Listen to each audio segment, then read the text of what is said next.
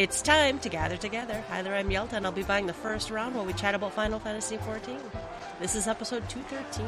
Pull up a chair and join us. On the menu tonight, watch the latest episode of Duty Commenced, pre-order the new merch announced alongside Tokyo Game Show 2020 online, Letter from the Producer Live, Part 60, set for October 9th. A new optional item is available.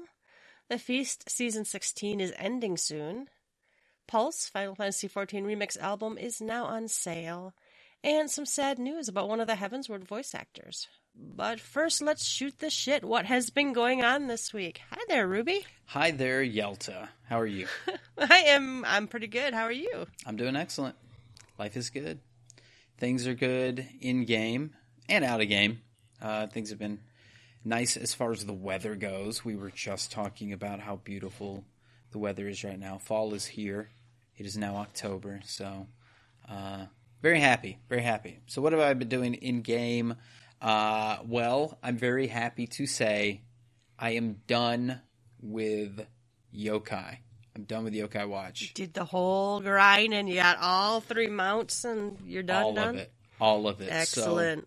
So I went pretty ham in the beginning as far as getting all of my 2.0 or the earlier weapons. And I think there were some days I went like 3 a day or something like that.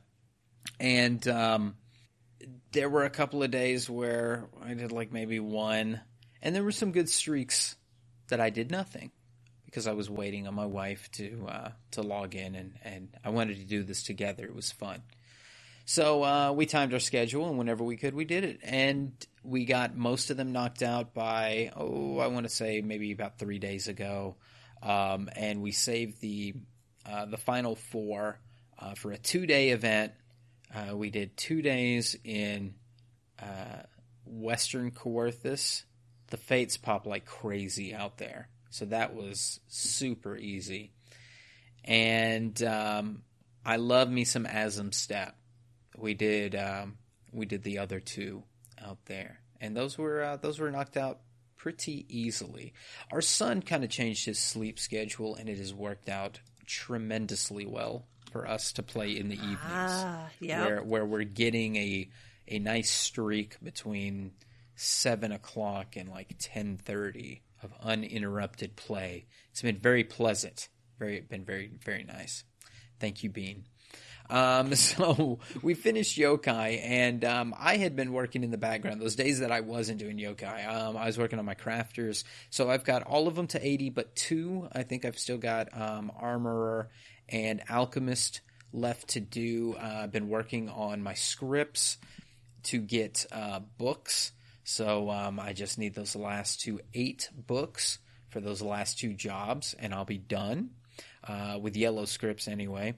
White scripts, I did like all the body. I might have talked about that the last time, but I did get the whole left side. I know I probably didn't have to. I could go out and buy the right side, but I really want to craft my own gear.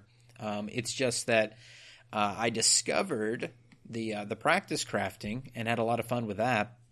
I discovered my my HQ chances on that gear was super low, like 20% or lower, and I'm needing a CP boost, I think. So I'm going to have to go back to the drawing board a little bit and work on how I can raise my CP enough to help me do a few more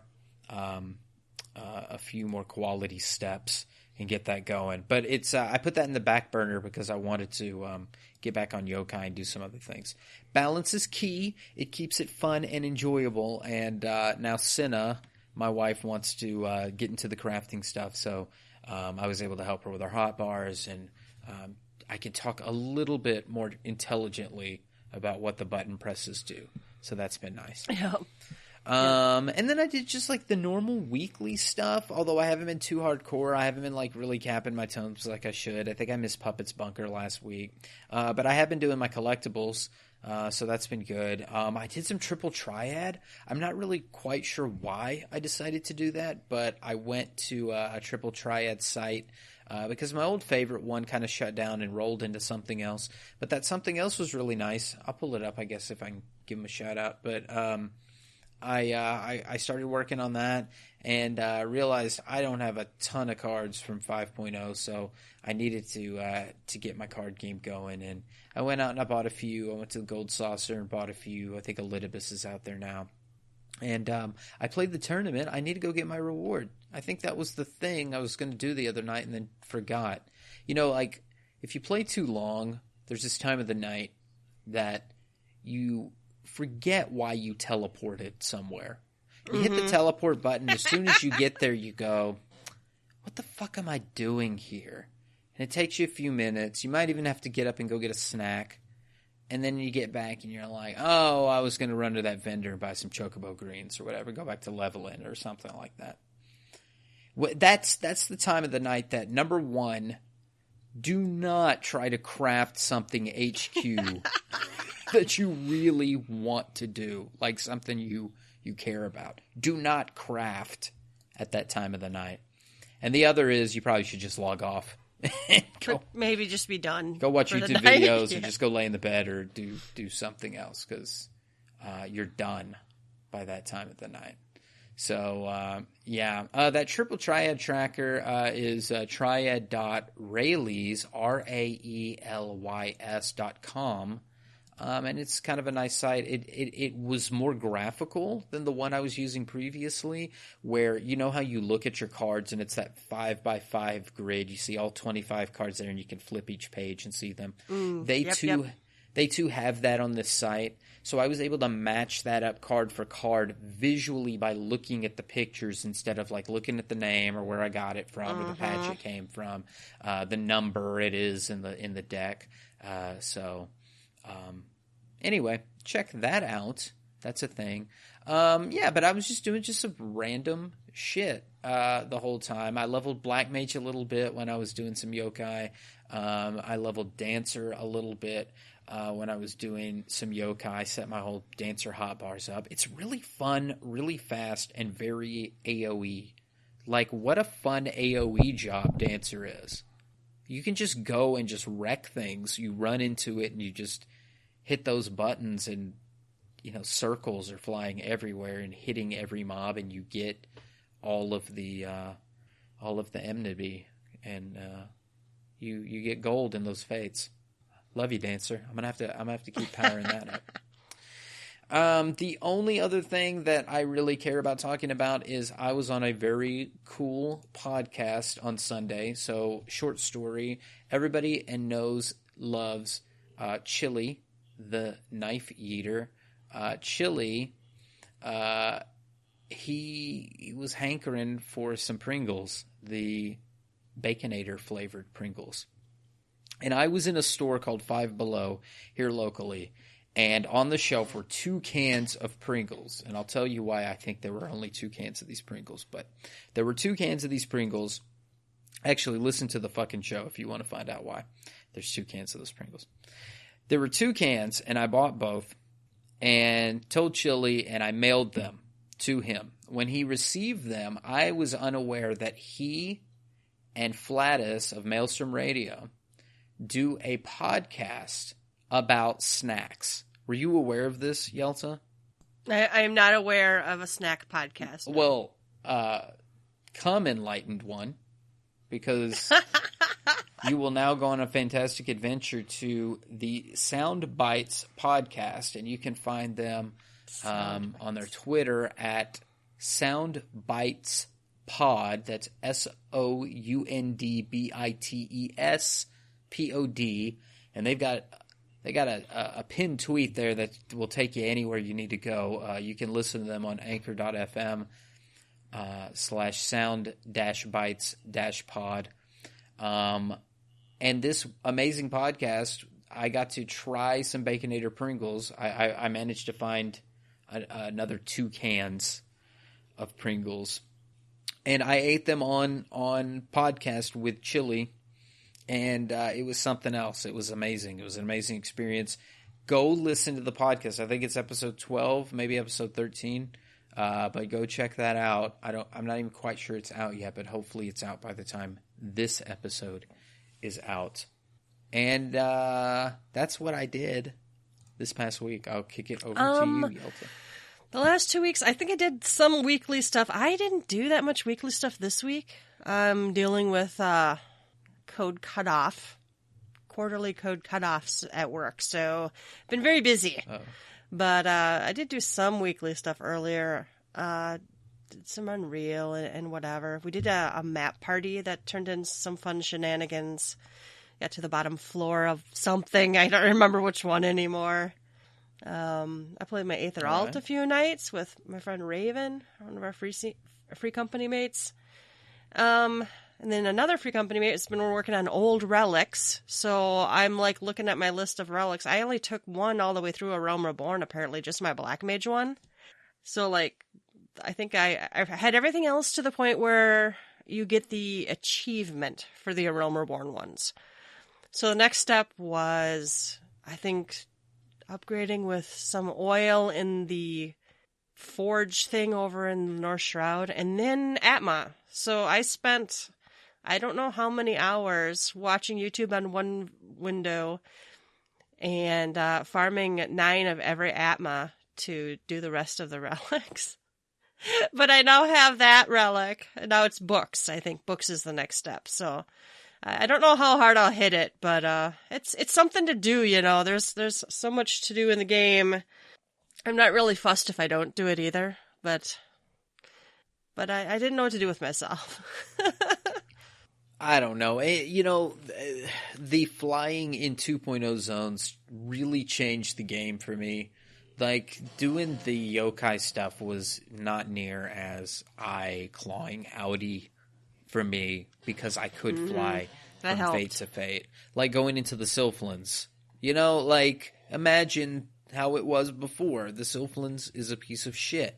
And having to weave through there to just hit a fate and maybe barely make it in time or whatever else. I mean, it's tough. So, yeah, I'm glad for the flight, and I'm hopeful that it makes the Atma experience or that whole 2.0 relic grind a little bit easier. Yeah, at one point I was working on a book, and I did shout for someone to hold, was it one in, is it some Seps or something? It's in Korthus, but they apparently focus targeted and murdered it before I got there. Luckily, it popped again not too much longer later. I think they upped a lot of the pop rates for a lot of that stuff. I know they upped the Atma drop rates. I think they eased a lot of the steps. So I don't even know why I'm doing it. Well, one thing that's funny is you can't go purchase a reproduction until you get to the Zeta phase unless I'm just blind and can't find it. So you actually have to do for the Realm Reborn ones anyway. Right. I think you have to do them all the way through before Drake will even talk to you about reproductions. So I don't know. It's a little weird. They did change that. I think Heavensward and going on. I think I think they made it so once you've done that step, you can buy it from the Allegan node or whatever. So it's just kind of just something chill to do. A lot of people have been doing, there's a lot of, I still don't have my Ruby mount. I still don't have the Seed of Sacrifice mount. In fact, I think the last time I was going to do Seed of Sacrifice got canceled because we didn't have a full set of 8 and people didn't want to deal with, we do it slightly different apparently than the pug strat. And they didn't want to deal with pugs. So, and then this Saturday I was too tired. I was splitting wood at my parents' cabin. So by the time I got home, I'm like, I actually just crawled into bed and passed out. But so I haven't gotten to, I don't even think I did Unreal or Puppet's Bunker yet this week. I don't know. It's Thursday night. What the hell? I know, I haven't. But I don't feel uncomfortable doing those in pugs anyway. So, there's usually Unreal up in the Party Finder. I don't think I did it because I think I was busy Tuesday. And then Wednesday was Alt Night with Raven, and it's Thursday. So yeah, I haven't done it. I will have to do it though. That Unreal is a slow grind to mounts or minions or whatever, but it's something reasonable that our people in our free company can get together and go do. It's kind of nice. Yeah. It's decent. Well, and then when the last time I did do Puppet's Bunker, I went on Black Mage. I think it was last time. I can't remember. We have too many healers quite often. But I am still, in fact, I think somebody might have been counting really fast because they're like, Yelta. They're like, you worked on your rotation. And I'm like, yes, I did. I wasn't dead last, even on Black Mage. I'm so bad at Black Mage now.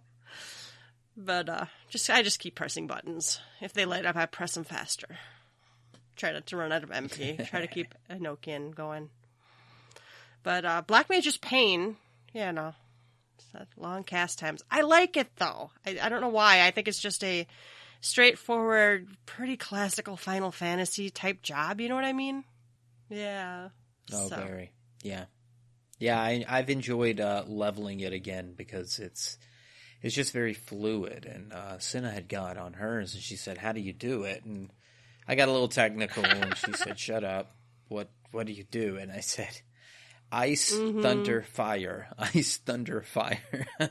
And I guess that helped because she was able to do it after that. So, yeah, it's pretty straightforward, pretty classical. I don't know if you saw this on Reddit today or it's been, kicking around at least a couple of days. There's a job guide, and I guess it's the frustration for each job, the major frustration of each job. And one of them, the Black Mage at least, is just as interrupted. Mm-hmm. Yeah, I sometimes, especially when I know the fight, I save, triple cast for when I know I'm going to have to move. And you try to keep Thunder up all the time just so that will proc. But that's just good Black Maging right now seems to be. Do you remember back when, it wasn't even worth really casting Thunder? And now it's that's a lot of damage, apparently. Yeah. I don't know.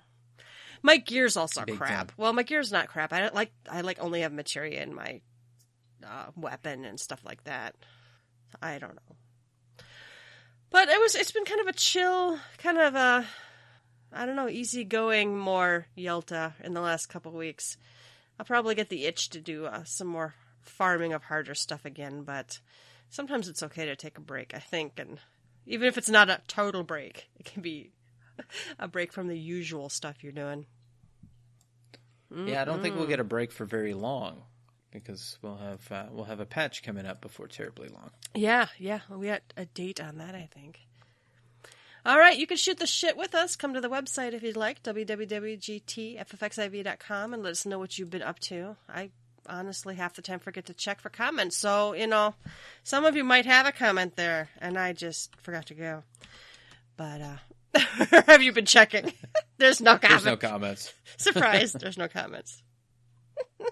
or we get this one. They're our first full-service drywall company located in Bend, Oregon. Yeah, we get a lot of spam. God. We just leave them there. Go to them for all your drywall needs. I love Gather-Together's not affiliated with I love drywall. The super vague ones that are like, I'm very interested in the topic you posted, and I find it very whatever, and might give they might put a link too.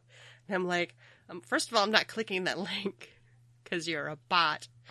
But anyway, let's go to the first round, which is news. Ruby, you watched some of the latest duty commenced. I missed out on this one again too. Yeah, I think last week. Or whenever the week this was, I did a flip-flop on my work week, and I was home on Friday. Usually I go in the office on Friday. I was home this Friday. So, I watched it, and it was Aya again doing the stream, but we have the other two in the background. You can hear voices. You don't get to really see anybody, but, we're social distancing. This is the new normal. And there were no giveaway prizes again, which is unfortunate. But they did Puppet's Bunker and then Seed of Sacrifice Extreme. I might have tuned in for just the Seed of Sacrifice part. I think they struggled a little bit with some groups, but the last group got it. And my biggest takeaway was they had the commendations thing, for the creators. And they had the musicians, and we've talked about them previously, is Alex Mukala, I believe, and Husky by the Geek were both featured on their song a piece of theirs. So cool stuff. Check that out. The VOD is out there. You can go to the Lodestone and find the links and all that good stuff to check the VOD, at least for the good music at the end of it, because those guys need a serious shout out. We've talked about their little funny collaboration before, and then Soken jumping in with the Moogle mix. Which is funny. We'll talk about the Pulse stuff in a little bit, because it's got some wild noises and stuff. Soken is a very interesting, creative individual, and it's some good stuff. So check it out. All right, and then we also have pre-order the new merch announced alongside Tokyo Game Show 2020 online. Any of this tickle your fancy? That's an expensive giant plush cat, but trying to let the motorcycle go by. Yeah, giant plush cat. I mean, I got a doggo that I won from one of the duty commenced. Love you, Shannon. So I don't know if I can have a doggo and a fat cat in the same house. They might fight. That might be a problem. The Piazza's almost creepy, as they are. As they are. I don't know. Was it the monk quest? There was some quest I was watching with two Piazzas about to box each other. I don't know what story quest that was. But that was creepy as hell. So I don't even know if I want that in the house. I love these little acrylic stands. I think these are amazing. They make me think of the color forms of years gone by, the little sticky plastic things that we used to play with in the late 70s and early 80s. And I want to just stick these on a board. I wish these were little fun action stickers I could put on a plastic board of. We need color forms. We need the little sticker with the back forms. Background. Can y'all make some action color forms? Maybe giant poster size that I can on a poster sized play set of Inside Bahamut. Oh my God! Could you imagine like Bahamut's hand, and you could put Twintania up there and all the Warriors of Light. That big Twintania one. We could all play on the floor and watch He-Man together as we play with our color forms. So anything jump out at you, Yelta? I looked at all these things. I don't need any of this stuff. It's kind of what I came down with. I looked pretty hard at the trading card game. Now, I played the other other editions of the same other starter sets, I think. But I'm like, I actually didn't like the game. But I bought it anyway. Huh. Yeah, they're pretty. It goes two ways with the card game for me. I went hunting for this a couple of years back. I wanted to play it myself, and I thought it might be neat. I don't think I ever walked away with playing it, but it goes two ways. Either I'm going to play it, which means I'm going to learn the rules, and I'm actually going to play this with people, either that I know, or go to tournaments, or go on a Saturday to one of these game shops and sit with some people that I don't know and introduce myself so I can try to play Final Fantasy cards with some other living, breathing person. Or I collect them just because I like the pretty artwork. But then I have to have one of each and keep a folder and go ham that way. So either way, it takes some sort of major investment to get something out of it, unless I'm just buying them and putting them on a shelf, which is what I do with a lot of dumb shit. And I don't really need to do that again. However, I will put one caveat. I did hear that they are adding a new sort of game set to the Final Fantasy card game that allows you to fight against bosses. So you can buy a boss card set and play a one-player duel against yourself that is playing against a boss. I don't know if it has set rules or the boss has its own deck that you flip over, and so you have to play against their boss deck. But you buy boss decks, and it's things like Chaos and other major bosses from other Final Fantasy games, and you get to play against them with your built deck. And I guess it could also be a tutorial of how the rules are played. But also, if you're a lonely person who doesn't want to go meet people like myself, you might play against the bosses and doesn't want to spend thousands of dollars trying to collect one of every Final Fantasy card. You know? Oh, I would collect one of every Final Fantasy card or whatever, and it would just do the same thing I did with my Animal Crossing. Remember those little cards that had the little chip in them? You can use them to get animals on your island. Well, I have the entire first series or whatever. Cannot fucking find them. They're in a binder somewhere in my house. Probably put somewhere safe so nothing would happen to them, which means I can't fucking find them. I have a lot of Pokemon cards. And I had 2 binders worth. I have 1 binder that's missing. Don't know where it's at. Somebody probably hijacked it, and it was full of all the shinies. So that makes me sad. But the other is the Pokedex, which has one of every set from base through, like, I don't know, it may be 5 or 6 sets in. And I have that. And the only time you're going to get value out of something is if you hold it for 30-plus years. We bought those cards in 97, 98, 99. So if you want to hang on to shit that long, it's been in a closet for 25 years, 20 years, whatever. So I had loaned my box of Magic cards out to some of my children, and they took them to a game store, and I got a phone call. They're like, Mom, this guy really wants to buy this card for, I don't know, $160 or whatever. And I'm like, sure, I don't care. I like Googled it quick or whatever, and I'm like, sure. And I'm like, I think I even split the cost with my kid, who, didn't just leave me high and dry either, right? Finder's fee. They could have just been like, Mom will never know. Yeah, true. Oh. Wow, that's cool. It was pretty neat. But yeah, I don't... We'll buy them if you dare. I think my sister has, like, every single Neopets card. When we used to play that, did you ever play Neopets, the card game?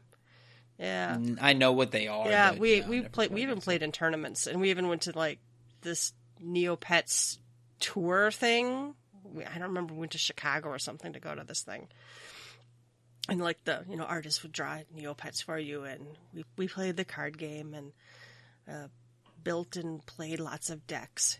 It's a fun game. A little bit less complex, I guess. Magic hurts my brain. I like Magic cards, but there's so many cards.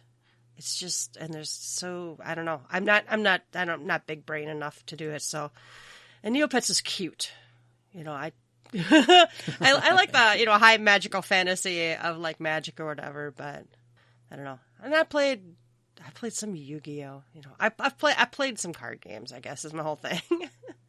So, all right. Patch 5.35 is allegedly Tuesday, October 13th, and patch 5.4 is aiming for December. This came out of the Tokyo Game Show. This was translated from the Japanese, and I haven't seen anything official yet. But they haven't always been announcing stuff as loudly as we thought. Right? You know what I mean?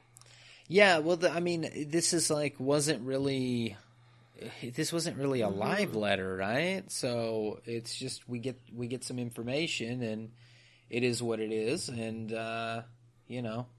we have to just kind of take it because we've gotten other information this way too, where it's like, oh, here, surprise, we got some info from Yoshida's lips, so it's actually happening, but why it's happening in this manner and not in an official live letter is beyond me.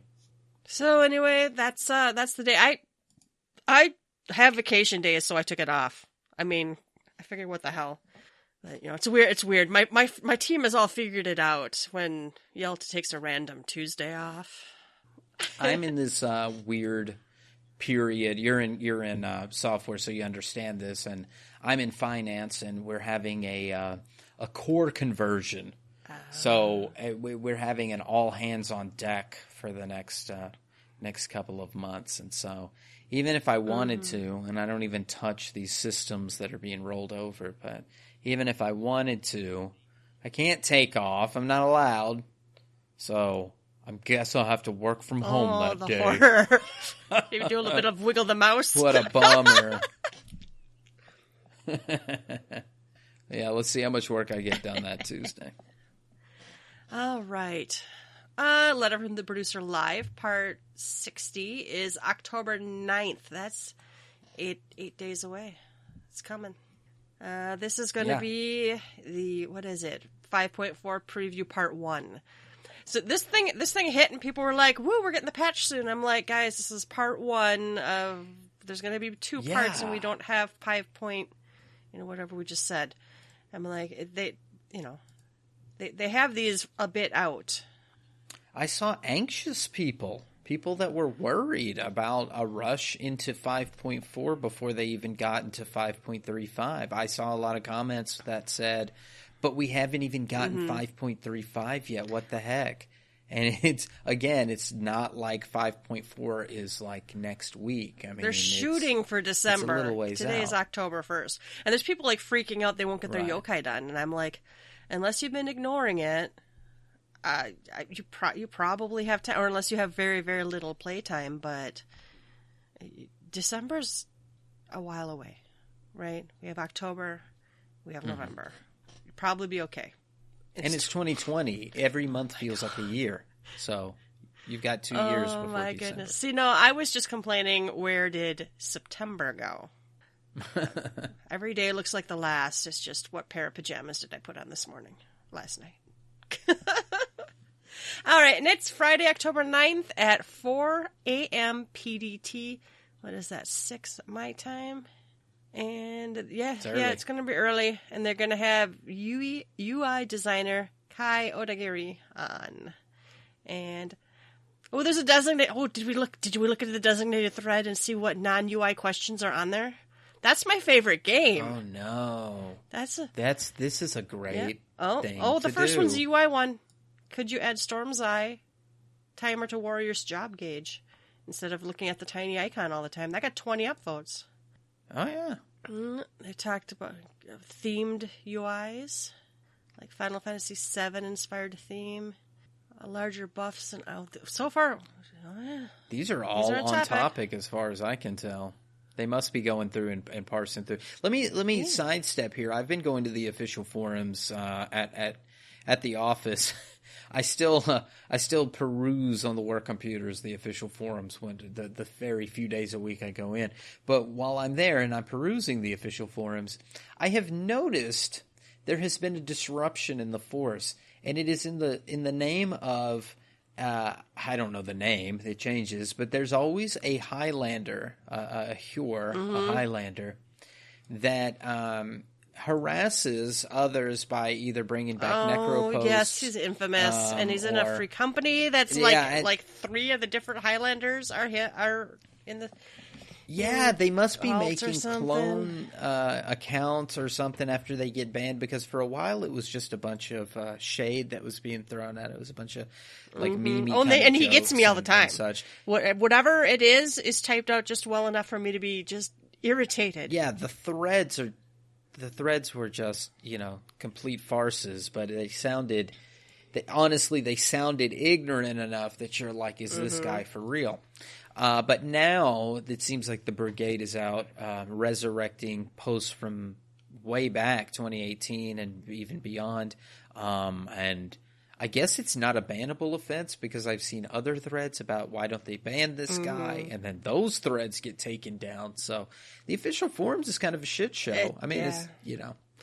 It's pretty bad right now. So I know that's not what we're talking about here. It was nice to see a little calm in the storm that has been the official forums as of late, that they're actually putting things that are on topic in this thread. I'm honestly kind of surprised. It's usually like the first 3 are like not on topic. I would think the biggest thing for me was, when 2.0 was being talked about, when we had those first images of what a Realm Reborn would be like, they talked about us having customizable UI. Add-ons, and that we would have like WoW-like ability to modify.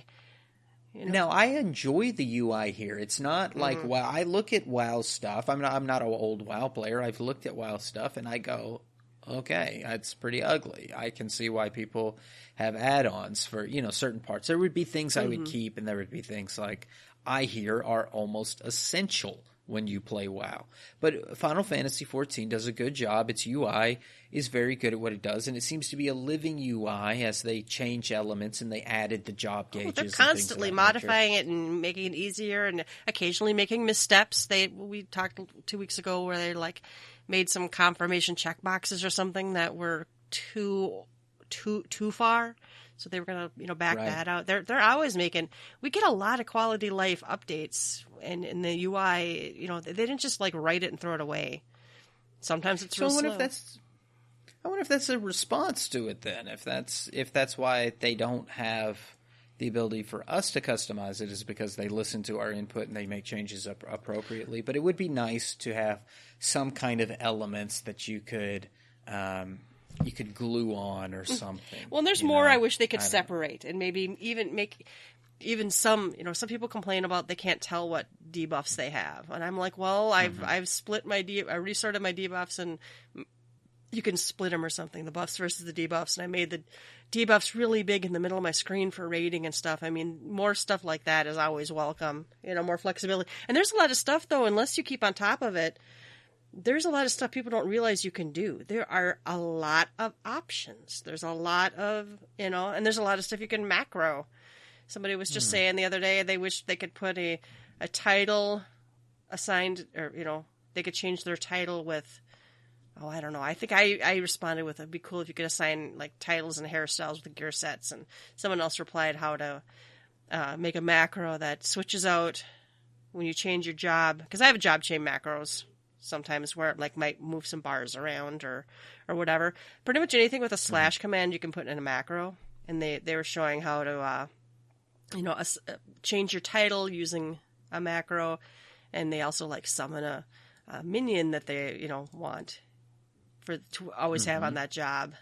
Yeah. There's a lot of stuff you can do that you don't know you can do unless you've either gone digging for it. You did didn't you do some of those expandable bars and I did. Flipping around? I went digging for this. I had already done something a little bit like this before, but this took it where it is an expandable bar that with one key press it expands I think 10 or 11 options, and then from those options, those expand out to 12 different buttons within that. So I basically have where I can choose any DPS job, any healer job, any tank job, any crafting, any gathering job, and then a choice set of macros, chocobo companion type things, so on and so forth, minions, mounts.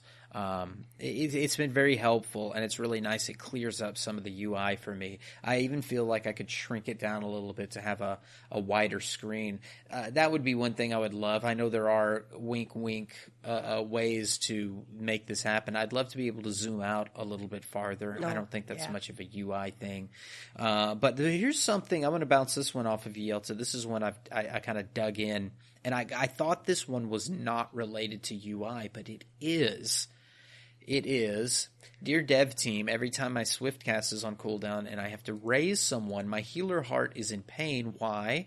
Number one, I start to raise 2 more seconds and oops, somebody raised the target in the last second. Or number 2, I'm locked in a raise animation and cannot heal for that time. But because of mechanics or other factors, my party doesn't see that I am raising. In 12, here's where the UI part comes along. In 12, the target lines between caster and target were brilliantly displayed via little lines in the air. With raised text while raised text macros are a solution, they can become annoying over time for the party or irrelevant. If pasted in chat in succession, could it be possible to implement something like that for the casting of raise? To boil it down, when you are hard casting raise, a line would appear that would show who you are casting to, so that the rest of the group would know that you are hard casting raise at that moment, and you don't have to have a macro that says casting raise on blop blop with a noise. As a healer, I can see when someone else is casting a hard casting raise because I can see it on their bar. What I can't see immediately is who the raise is going on. I don't really want a line from a character's body to another character's body, but if you could like, if they could like act like rays being cast on someone is a buff. You know what I mean? If it showed up as, or something to show that, you know, without maybe I don't need more lines on my screen. Could they make the glow appear on the other person? Yeah, something. Like maybe their body starts glowing, that they're being raised? Since rays is being cast, but I don't know if that'd be possible because it's, well, maybe, I don't know. Yeah. But yeah, and honestly, half the time when I'm in a fight in the heat of the moment kind of thing, if it's a fight where it matters how fast I get to raise someone or someone else gets, you know, if that is a problem, I'm probably too fast for me to even be reading the party chat. You know what I mean? Mm-hmm. Now, when I'm in voice chat, when we're doing like the other week, we're doing Seed of Sacrifice. Somebody died, and I just verbally say my swift cast's down, and someone else says, I got him. You know? Right. You know, and no one else knows if your swift cast is down. You know, sometimes I use it to get a heal out, or sometimes for, you know, whatever. You can't always save it for raise, so sometimes you do hard cast your raises. But that would be nice to know. That if it's just an interesting thing, and I was just shocked because I did not. I thought somebody was going to complain about Swiftcast. Oh no, they're going to complain about Swiftcast. Like, oh no. Yeah, but I was like, wait, I think Swiftcast is fine. UI related. Well, there's a lot of people who can raise, so it is nice to know. I sure love it when we're doing something in a summoner or a red mage, especially when a couple people die in a row. I never expect a summoner or red mage to get the first raise or the second raise. Mm-hmm. But if we're moving on to like the third raise or something, it is really nice to be able to, you know, and sometimes, you know, they've done the thing now where you see that you have that little bit of an immunity buff, and that helps now where I can explain that to someone. Don't do anything. I think you can move, you just can't do anything.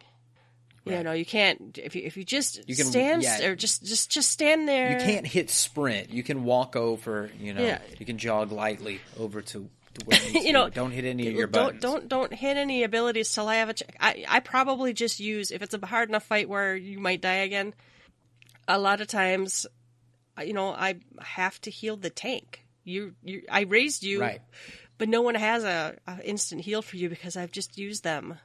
Well, you know, once the raise has been cast, it really does depend on the common sense of the person accepting the raise at that moment. There's timing to when to get up.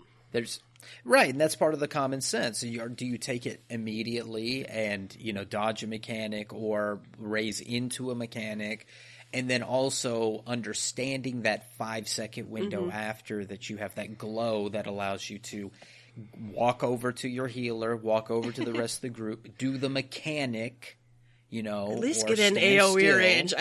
Some of the fights are built now that I can't be single target healing anyone but the tanks.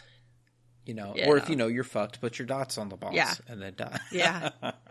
Well, and I've you know, been guilty of hitting that accept raise button immediately, getting up, and then just dying again because I was dumb. And I've even typed out, I should have waited. Yeah, no. Yeah. I knew I knew there was an AoE coming up, and if my immunity isn't done, you know. No, I think that's some interesting and actually good thoughts in there. I see people liking the posts, and yeah. This should be a good little preview, though, a good little talk. All right, we also have a new optional item available. I'm a little salty about this one. I feel like they should have given you this one in the game. I feel like this one shouldn't be there. It's the snap. It's an emote where you snap, and I really I don't know if it really bothers, but it bothers me. I feel like it should have been given to you. I don't know, maybe after Seed of Sacrifice. Yeah, no, because there's a snap in there. Yeah. This didn't particularly make me salty, but it made a lot of people salty. The cash grab conversation came back up. A lot of people said, well, you know, this is what they do. They beg and beg and beg for money, and they should have put this stuff in the game. So, you know, this is not a new topic for Yelta or I. We talked about this stuff way early on when before motorcycles and flying cars and all those things, about how cash shoppy they were getting and how some things really should be unlockable first in the game and then you buy it afterward. And we acquiesced when the holidays decided they would sell it the year later, and that slippery slope has brought us here to the snap. So, don't come looking to Yelta or I for solace. We've been bitching about this for a very long time.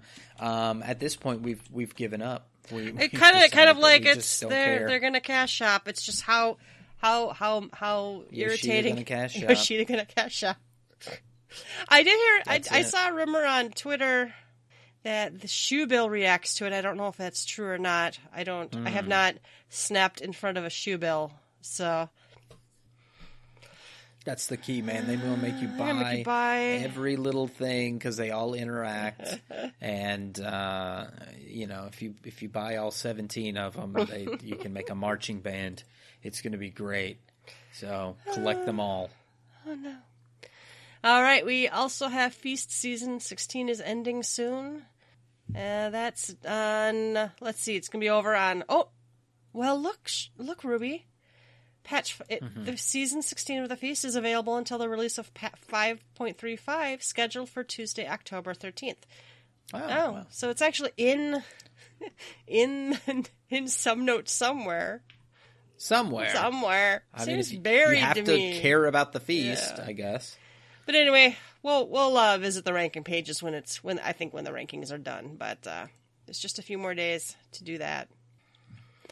I know we never really truly went back to the Ishgardian rankings, but we had recorded like 2 hours prior to them closing. So there were, I don't believe, any changes, but we did end up with 6 or 7 people from the free company. Yeah, quite a few. Ended up ranking. And some friends of the bosom I saw on the list too. Some good friends of the bosom were there too. So what a great night for Excalibur. I did go finally make it to one of those fates. It was like at 2:00 in the fucking morning. I was going to go to bed. Yeah. And somebody's like, Ishgard fate in 50 minutes. And I'm like, I should go to bed. That 7:30 meeting comes awful fucking early in the morning when you're doing Ishgard fate at 2 in the morning. But, and I don't even need anything. Yeah, I've got pretty much everything I want from the script. So, but I did it because I like to do it. I like to do things. All right. Yeah, go ahead. I saw that one, Yelta. I was logging off at midnight, and it said the fate's hour and 50 minutes to go, and I said nope. Log the fuck off. Nope. All right, the Pulse Final Fantasy XIV remix album is on sale. All I'm going to say is this is not my cup of tea, so nothing wrong with it. Just the tunes just aren't my jam. Yeah, you had comments. It's a bunch of house music. It's a bunch of techno music. But it's got some pretty cool numbers on it. I picked it up. Did you heard the preview or did you pick it up? I heard the Titania song preview. What's the other? The Through the Maelstrom song. Let's see. Cuz they had the two that were on Spotify and that you could listen to. They had the YouTube preview as well. So it's not everybody's cup of tea, but I gotta have everything. So I picked this one up, and let me tell you, I got some notes. Okay, I wrote some shit down about my experience. I only listened through twice to it, but I thought that was pretty fair assessment. A little skipping around, but I thought it was pretty fair assessment. And I did like what I hear. I'm not like super big house person. I like some old school '90s house music, some iconic jams, make you bob your head watching some Saturday Night Live. But the majority of this album is pretty decent. So the first two things that I want to share is I'm not sure that there's any new vocals. I think there are a couple of songs where they did put some new vocals, but it's kind of like when the Primals took some of their primal music and then did the rock music behind it, but they just took the same vocals and laid it on top. To me, that's a takeaway. That's a minus because I like to hear new vocals. However, there are a couple of songs that I was able to tell they're new vocals, but the heavy electronic sounds and the way that they were I guess the way that this album is trying to go about being electronic, they do put some spin on the vocals, I don't know technical terms, some vocoder shit, and some wave functions, triangles and squares. I don't know what the fuck they do, but they make it sound different, even though it's probably the same vocals. All right, the other thing I want to share is it sounds a lot, at least in some songs, reminds me a lot of the Star Onion Brigade. I don't know if you ever got those, Yelta, those albums, the Final Fantasy XI ones. I didn't get them, but I'm familiar. It's just got a good kind of Star Onion Brigade sound where it's just kind of like marchy and upbeat and happy, and a couple of songs jump out at me that are like that. In particular, A Father's Pride sounded much like that, and then also I See the Sea, or I Am the Sea, which is the Limsa Lominsa theme. So my likes and dislikes, the ones that I think are the best songs on this album, and there's quite a few. I guess, do I even have the album pulled up? I do. There are 14 songs on this. So it's good it's good money for, getting 14 whole songs on it. It's pretty decent. A Long Fall, which is that badass kind of Azaslai kind of music. That's awesome. And the style of this sounded a lot like Mega Man 11. That was my notes. If you've played Mega Man 11, you'll like the music of that one. Unbreakable, that one sounded somewhere between a 70s game show and the French Riviera, like the accordions and shit. And Equilibrium was really good. That one had a lot of smooth bass, very jazzy sound to it. And that one might be my favorite of all the songs on the album. It ends really sweet, little piano at the end of it. Other good tracks, What Angel Wakes Me, you heard that one. Neath Dark Waters, that's the Tempest music. That one's great. A Father's Pride. That one, I think, is ringtone worthy. I think that would make a good ringtone. The ones that made me scratch my head, Rise, it sounded very like industrial metal, and then it did have some new lyrics at the start. I'm not sure if it's still Koji Fox singing them, but they added some new lyrics there. Beauty's Wicked Wiles. This one might be the sleeper hit, but at a first listen, it's just very like, what? It's like super vocal. Like whatever they took the lady's vocals and just layered it and layered it and layered it. But I think it's one that can kind of grow on you the more you listen to it. And I think this whole album is really that way. And then Thunder Rolls, that one sounded like Sonic 2's Casino Night Zone. And that's all I got to say about that. So if you're into video game music, this might be the album for you. This is really, I think, the first. I have all these albums on my computer here. I think this is really the first remix album that we've gotten of stuff. We've gotten rock albums, live stuff. We've gotten orchestral arrangements. We've gotten live cuts. But I don't think we've gotten any remixed albums. This is the first remix album, and I think it's a pretty good shot at a remix album. If they keep in the same kind of vein like the Star Onions, and they make, I don't know if they're going to continue with Pulse 2 or something else, but if they stay in this vein, I think they could make a pretty decent series of remix albums. I am personally more into the rock stuff, so I really like Star Onion Brigade a little better. They were a little all over the place, but they had some good rock stuff. I really loved the Black Mages. Those were fantastic. But I don't know if they'll keep in the vein of techno, electropop, or if they'll do a different genre next time. It would be neat to see a different genre. I've seen that happen before. I think there's like the Prey album, and there's another one, and those have different styles. And there's a couple of Wild Arms albums, if you're into that series, one that's just all rock and the other is all piano. And I like when they do that too. And we've had that in a couple of these Primals type albums where it's rock on one part and then it's piano or orchestral on the other. So we'll see what they bring, but I think this one's a buy. What did I pay for this? What was let me go and see what was the cost in this one, because I went through Amazon for this. The total thing, $17.99. Yeah. I think it's a pretty decent deal for 14 songs. I say buy it. Yeah, I might have to actually, it's for that much.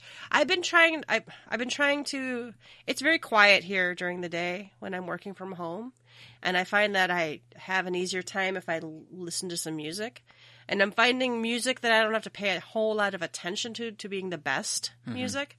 And this actually might fit that. And maybe if I listen to it a few times, and maybe I will get more interested in this style. But upon just previewing, I'm like, I don't know. Yeah. But I own everything else, you know what I mean? I'm going to say in those previews, I wasn't sold on those previews originally. I don't think they previewed the right clips. I'll have to go back and listen to the previews now after listening to the whole album. But I don't think they showcased some good parts of the music. I think there were better parts. Well, and I also hate everything the first time. I don't know why. Even my favorite band, I will get a new CD, listen to it the first time through, and I'm like, it's all shit. Yeah. I don't know why. It's just a weird thing. You need a road trip where you play the whole album through and let it soak in. Yeah, I think the problem is I can't sing along with it because it's new. Oh, okay. You know what I mean? It's a weird mental thing I have. I'm like, because it's new, I don't like it. Then I listen to it a couple more times, and then, of course, I get obsessed with it. So in 2 weeks, I will probably be obsessed with this album, and I will probably think it's the best thing ever. All right. And then we have a sad note. This one shocked me. Archie Lyndhurst, voice actor of Hanaro, has passed away at 19 years old. What the hell, man? That's sad. Very sad. The article is pretty brief. It's a BBC article.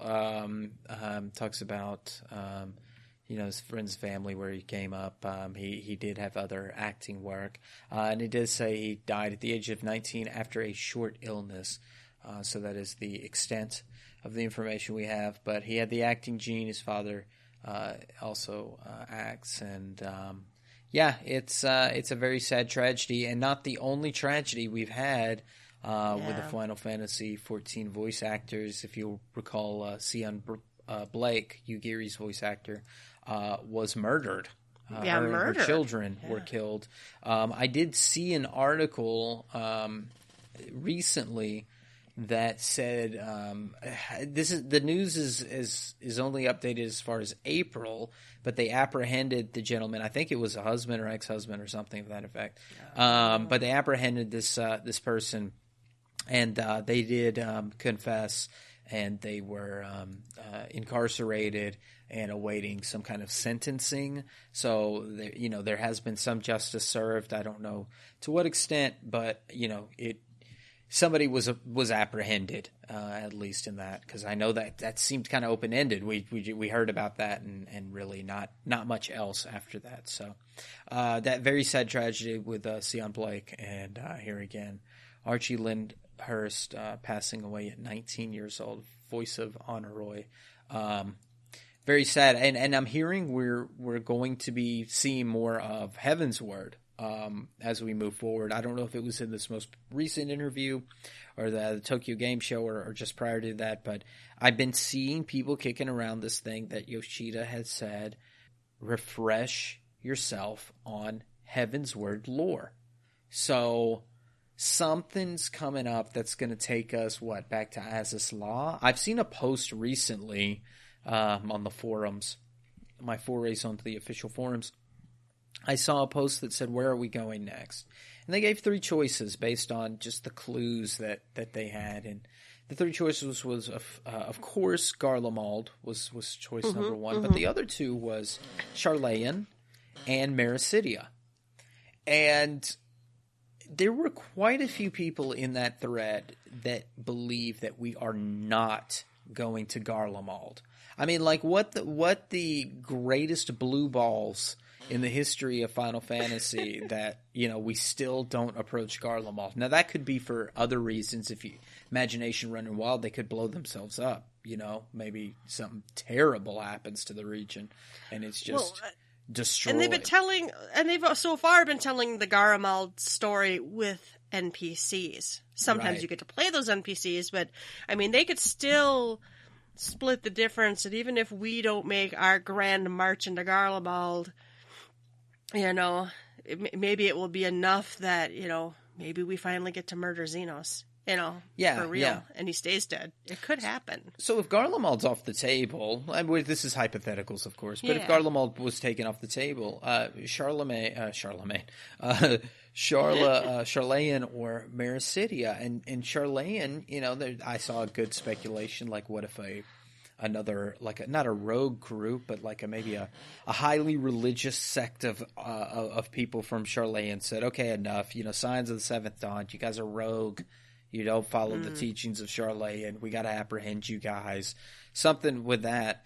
The Mericidian twist would be, there's this thing with Heaven's Word. What if we approach the Warring Triad again? We did just see Regula Van Hydrus in the form of Sapphire Weapon. So are all signs pointing? We've got a couple... Yeah.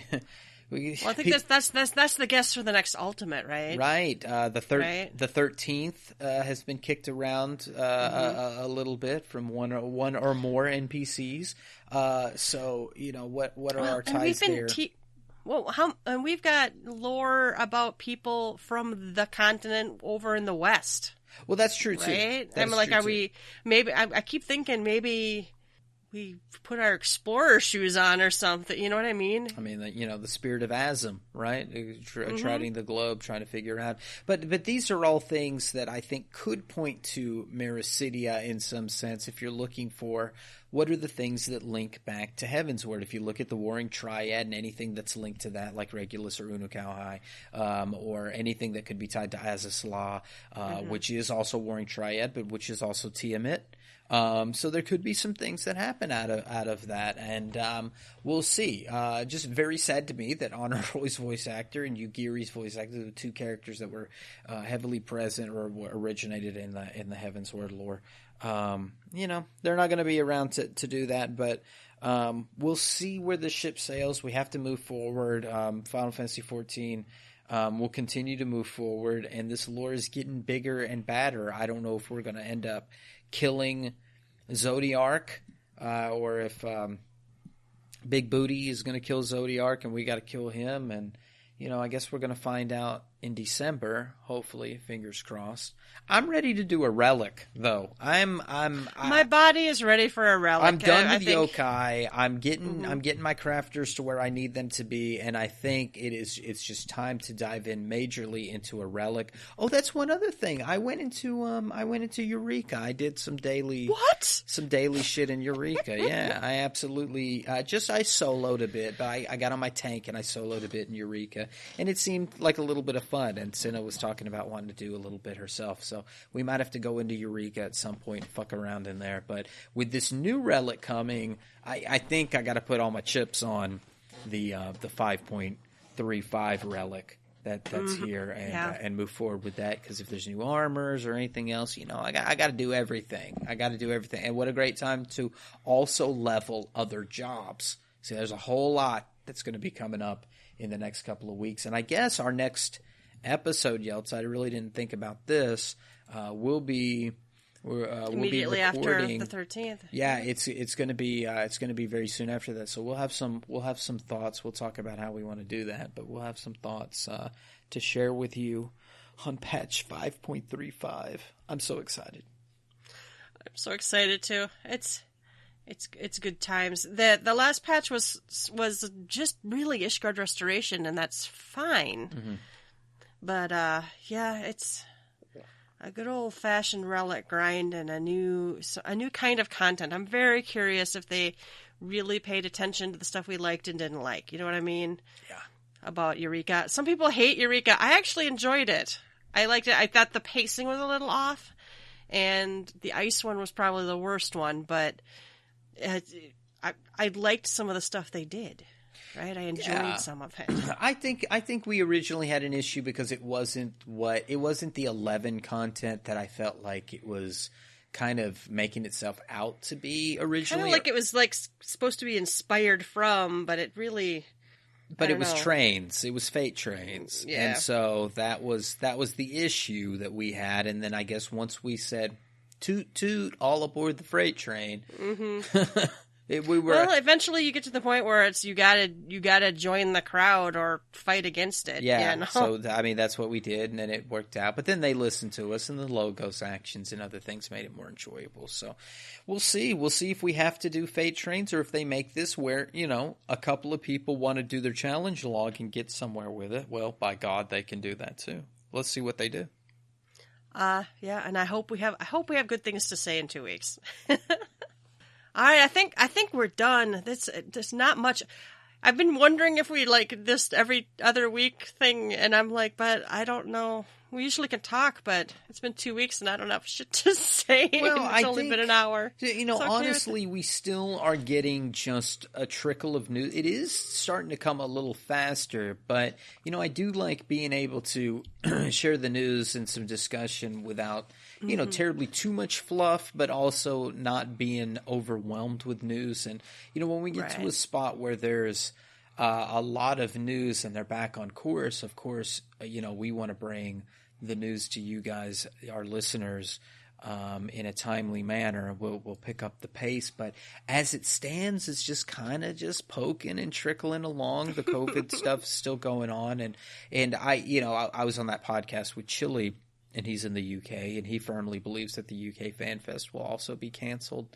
And he's pretty sad. Oh, because that's right. They haven't actually canceled that yet. Right. And he's in the UK, and this time it was in the UK, so it would have been easier. Although he said the price wasn't terribly much different than going to the Vegas one. Mm-hmm. We think that COVID is still going to affect events moving forward. So I'm not expecting deluge of information and everybody going back to work and doing things. And when it does happen, it'll be with masks on and some sort of social distancing. It'll be a slow warm up, not a quick one. And we'll just have to work with it. But until that day comes and we are flooded with news, you'll get what you get and you'll like it. All right, on that note, I think it's closing time. You don't have to go home, but you can't stay here. You can find links to all of our episodes and blog posts on our website, GTFFXIV.com. While you're there, leave us a comment. If you'd like to, you can support us by clicking the donation button. You can find us on Twitter at GTFFXIV. Email us at GTFFXIV@gmail.com. Please rate us. Personal plugs, Ruby. Yes, you can find me on Twitter at Rubicon Vale. RUBICONVALE. And you can find me on Twitter at Yelta Sumasu, YELTASUMASU. As always, thanks for listening, and we will catch you next time. Bye-bye. Bye-bye.